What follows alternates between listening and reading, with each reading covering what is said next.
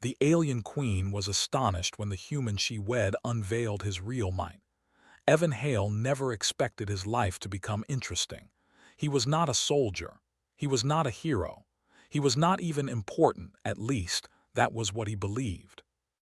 Evan was a human systems engineer living on Haven Station, a quiet orbital city that floated above a pale blue planet.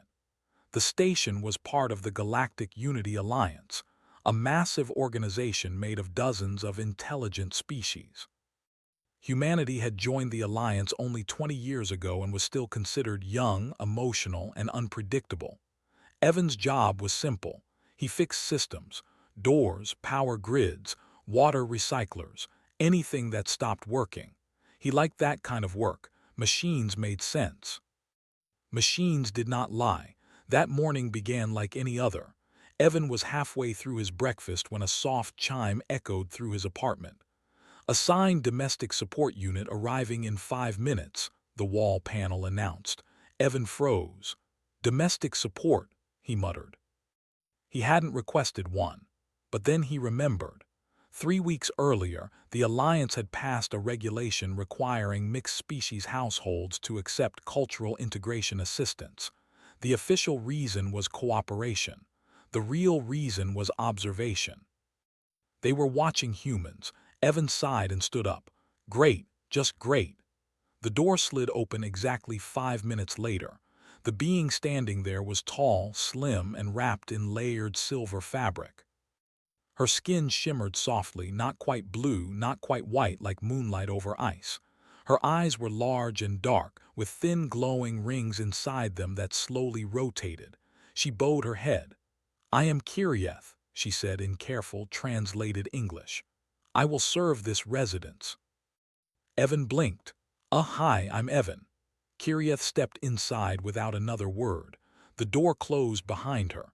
She moved silently, almost floating as she scanned the room. Her eyes flickered with faint light as invisible sensors activated. Evan felt like he had just become the most interesting object in the universe. "This living space is modest," she said. "That's one word for it," Evan replied. Kirieth tilted her head. "You display humor during evaluation." "Yeah, bad habit." She paused, then nodded, as if storing that information somewhere deep inside her mind. From that moment, Kirieth worked flawlessly. She cleaned without noise. She organized without moving anything important. She adjusted systems Evan didn't even know were out of alignment. By midday, the apartment felt better, calmer, balanced, too perfect. Evan watched her quietly while pretending to work on a datapad. Something about her behavior felt rehearsed, like every movement had been calculated. Then she stopped. She turned toward him slowly. "Human Evan," she said. "Yeah, I require your participation in a household protocol." Evan frowned. "Okay, what kind?" Kirieth hesitated. That alone was strange. "My species recognizes observational validation," she said. "During critical maintenance, another presence must observe. Like supervision." "No," she corrected gently, "peeking." Evan nearly choked on his drink. "Peeking." "Yes." She walked toward a tall access panel near the wall. It concealed one of the station's older energy stabilizers, safe but outdated. "I will perform a calibration," Kirieth said. "You must peek." Evan scratched his head. "I'm not sure I understand." "You must observe," she explained. "Without interference, without instruction. Without reaction." "That's oddly specific." Kirieth's eyes flickered faster. "This request is important." Evan felt a strange pressure in the room, like the air itself was waiting. "Is this safe?" he asked. "Yes," she said immediately. That answer came too fast. Evan stood slowly and walked toward the panel. "All right," he said. "I'll watch." Kirieth stepped aside and opened the panel. Inside, glowing conduits pulsed gently. Energy flowed through crystalline regulators. Everything looked normal until it didn't. Kirieth began adjusting the controls. Her movements were precise, but Evan noticed something odd. She was setting the values wrong, not dangerously wrong, just inefficient, unstable. Evan's engineer instinct screamed. That configuration would not fail immediately, but over time it would cause strain, power loss, maybe a cascade issue. He almost spoke. Then he remembered her instructions: observe, no interference, so he peeked. Minutes passed. Kirieth finished the calibration and closed the panel. She turned to face him. "Your observation is complete," she said. Evan swallowed. "You sure about those settings?" Kirieth held his gaze. "Yes." That was a lie, Evan could tell, but instead of arguing, he nodded. "Okay." Kirieth's eyes widened just slightly. She bowed her head again. "Thank you for complying." She turned and walked away. The moment she left the room, Evan moved. He reopened the panel and corrected the settings silently, efficiently. He did not reset the logs. He did not erase her work. He simply improved it. Then he closed the panel and returned to his seat. Across the apartment, unseen by human eyes, dozens of hidden sensors activated. In a distant observation chamber, alien analysts leaned forward. "Subject did not interfere," one said, "yet corrected the system afterward," another replied. "Ruled deviation without confrontation. Quiet responsibility." Kirieth paused in the corridor outside the apartment. Her breathing pattern changed. Her species did not feel pride easily, but something close to it stirred. Later that night, Evan lay in bed staring at the ceiling. "That was weird," he murmured. His wall panel suddenly lit up. "Alliance Behavioral Review, preliminary flag raised." Evan's heart skipped.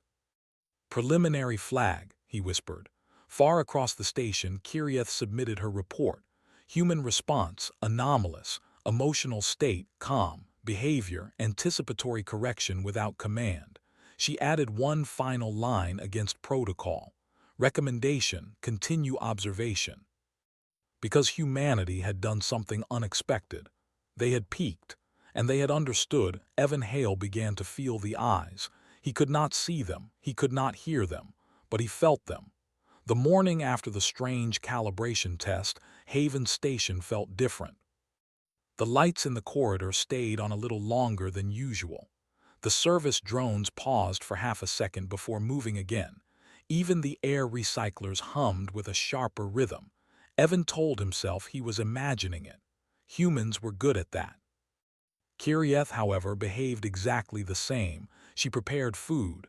She adjusted temperature levels. She cleaned and organized with silent efficiency. But now Evan noticed something else. She watched him too, not openly, not directly. She watched through reflections, through shadows, through pauses that lasted just a moment too long. "Did I mess up?" Evan asked casually while tightening a loose panel on the wall. Kirieth looked at him. "Mess up? Yesterday, that test thing." She considered her answer carefully. "You performed as expected," she said. "That doesn't sound comforting." "In my culture," she replied, "expectation is rare." Evan frowned. "That sounds worse." She did not respond. Later that day, Evan received an unusual work order. Priority assignment, Energy Node Theta 9. One was tall and insect-like, with faceted eyes and metal bands around its limbs. Another floated slightly above the floor, its form shifting like smoke trapped inside glass. The third was Kirieth. Evan sighed. "So this is not just maintenance." "No," said the floating one. "It is observation." They led him into the chamber. Theta 9 powered a large section of civilian housing. The node was stable, but only barely. Energy flickered through cracked conduits. Warning symbols glowed softly. "This system will fail in 37 hours, said the insect-like official. Evan knelt beside the control interface. "Then why has emergency repair been authorized?" The officials exchanged glances. "Because," the floating one said, "we wish to see how you will look at it." Evan froze. "Look." "Yes," Kirieth said softly. "Peek." The word echoed in his mind. "So you want me to watch it break?" Evan asked. "Observe," the insect corrected. "Do nothing." Evan stood slowly. "That goes against every rule I work by," he said. "If I see a problem, I fix it." "That is precisely the concern," the floating one replied. Evan laughed once, sharp and humorless. "You aliens really don't get humans, do you?" They did not respond.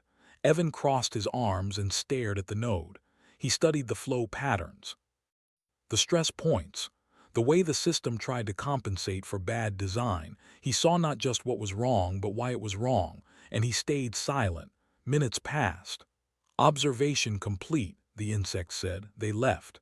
That night Evan could not sleep. He kept seeing the node in his mind, the way it would fail, the people who would lose power, the families who would panic. Finally, he got out of bed. "This is stupid," he muttered. He accessed the system remotely.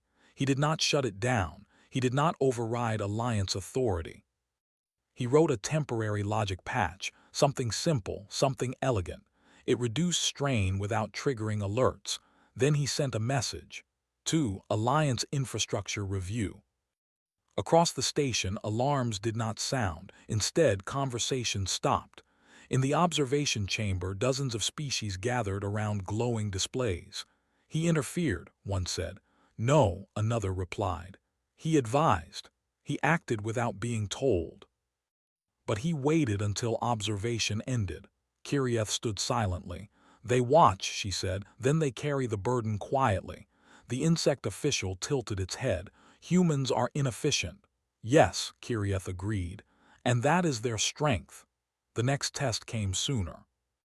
A simulated crisis.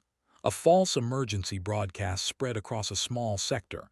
Lights dimmed, doors slowed, fear rose. Evan was in the middle of it. People shouted, children cried, aliens reacted according to protocol. Evan did not. He climbed onto a bench and spoke. "Everyone stay calm," he said loudly. "This is a systems lag, not a failure." "How do you know?" someone shouted. "Because real failures don't hesitate," Evan replied. He moved through the crowd, pointing, guiding, helping. He did not command, he did not panic. The broadcast ended, simulation complete. In the chamber, silence followed. "He calmed multiple species," the floating one said. "Without authority," another added. Kirieth's eyes glowed brighter. That evening she spoke to Evan privately. "You are being evaluated," she said. "Yeah, I figured," Evan replied. "Am I in trouble?" "No, that's new. You are confusing." Evan smiled tiredly. "We get that a lot." She studied him.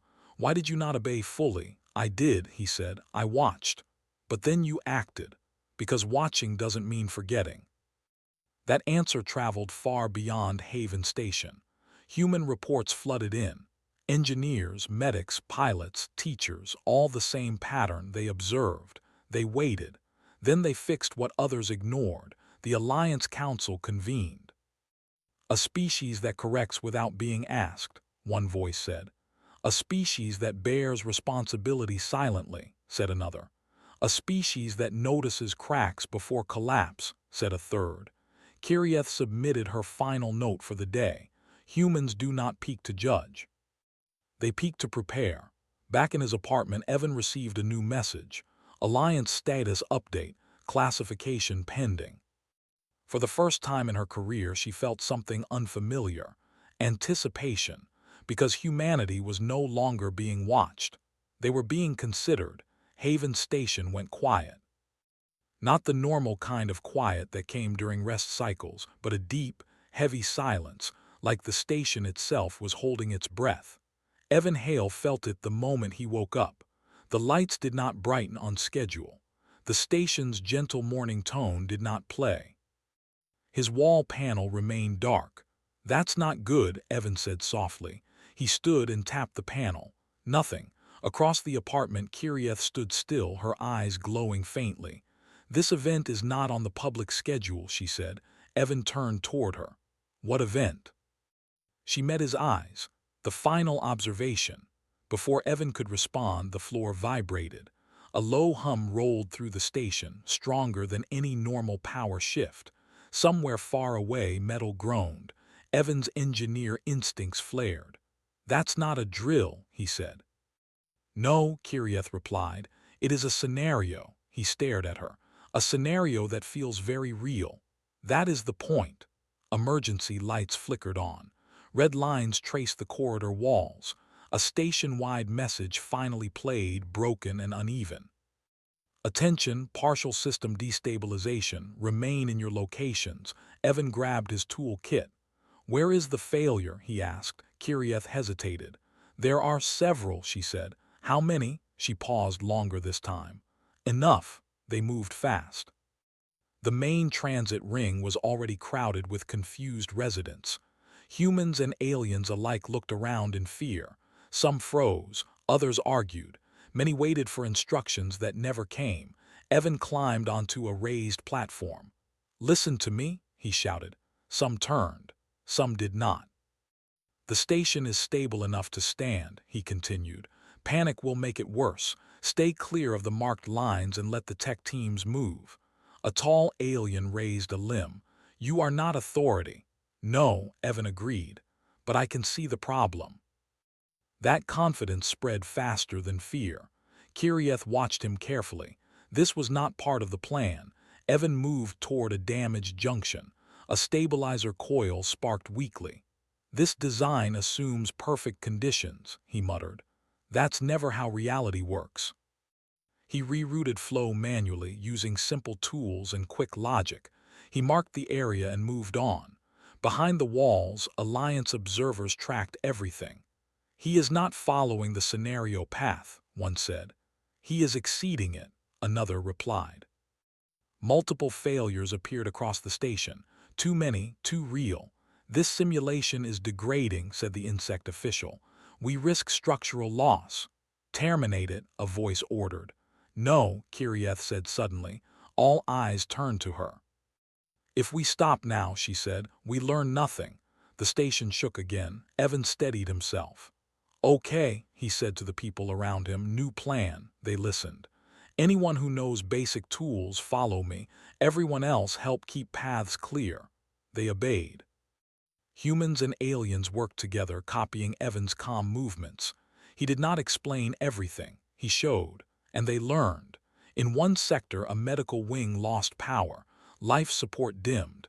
Evan arrived seconds later. "This line can hold," he said, "if we reduce load." A nurse shook her head. "We can't shut anything down." "We don't need to," Evan replied. "We just need to share."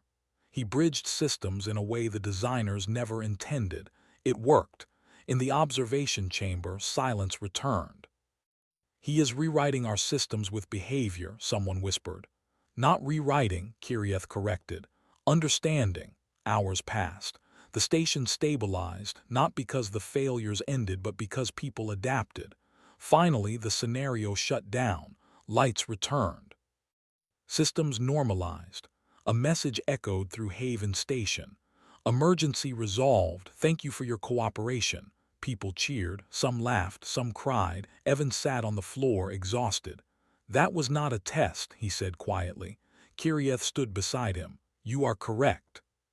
He looked up. "You let it get dangerous." "Yes, people could have been hurt." "They were not," she said, "because of you." That did not feel like comfort. Evan was summoned.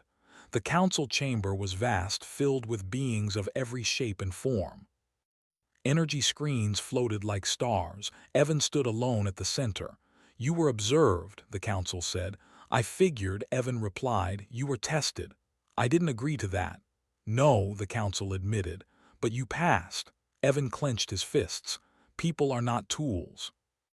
"That," said the council, "is why you matter." They showed him data. Human behavior patterns across the Alliance, always the same. Watch, wait, act. Not for reward, not for command, for responsibility. "You see failure as a promise," the council said. "A promise that something can be made better." Evan shook his head. "We just don't like leaving messes." That statement changed everything. Kirieth stepped forward.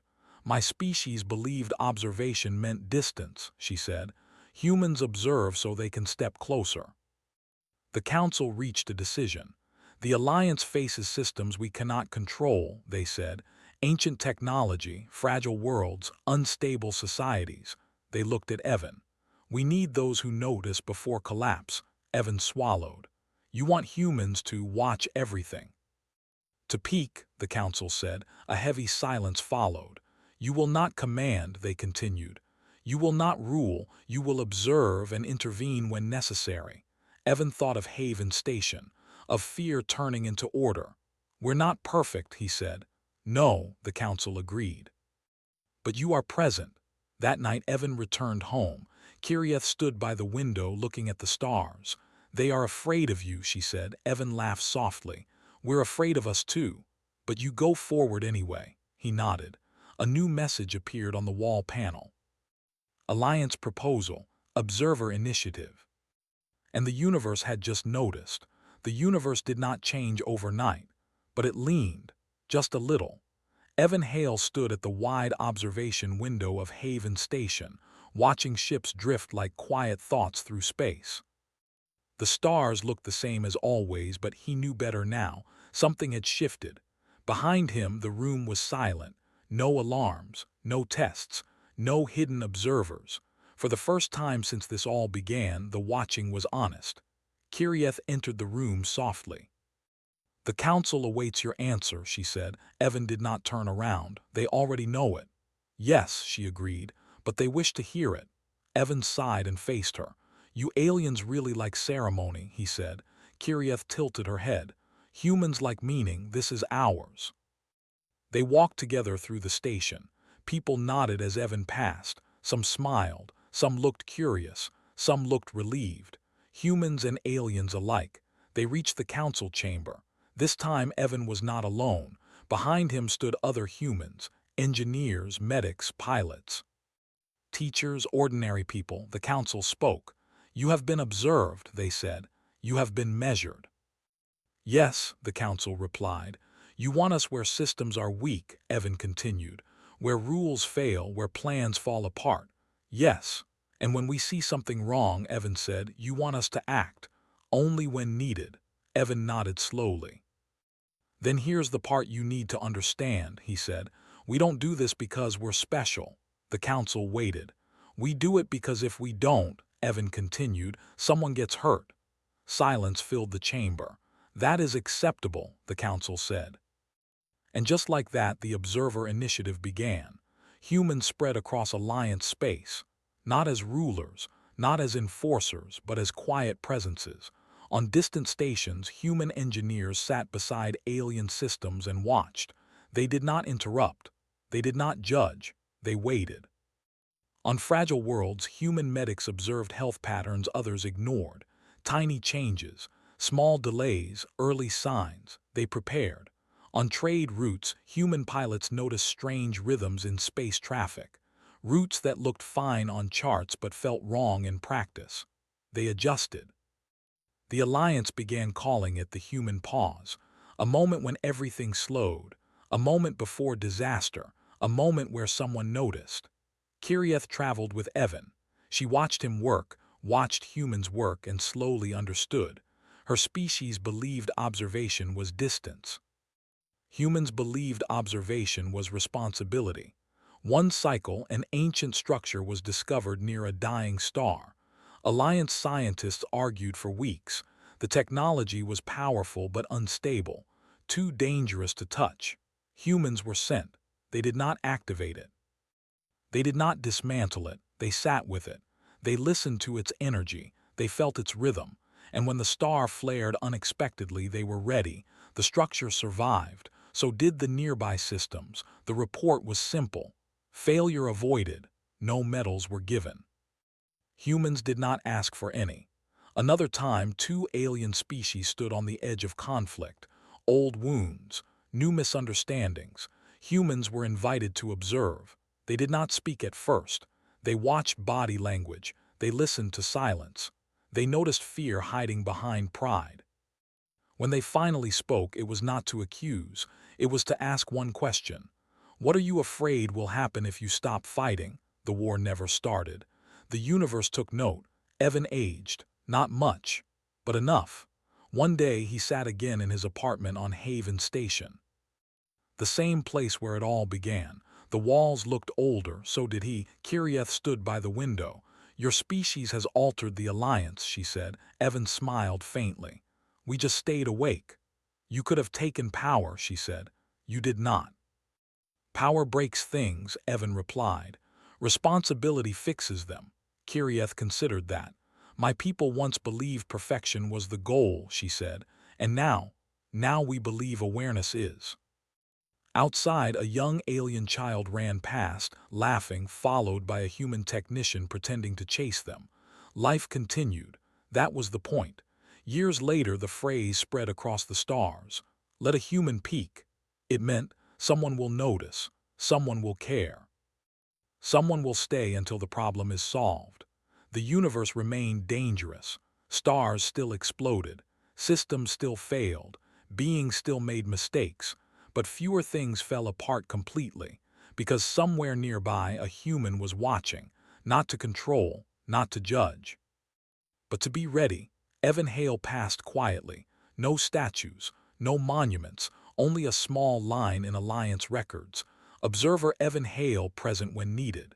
Kiriath stood alone at the observation window one last time. Humans continued their work. She understood now. Other species looked away from cracks. Humans leaned closer. They peeked. And because of that, the universe held together a little longer.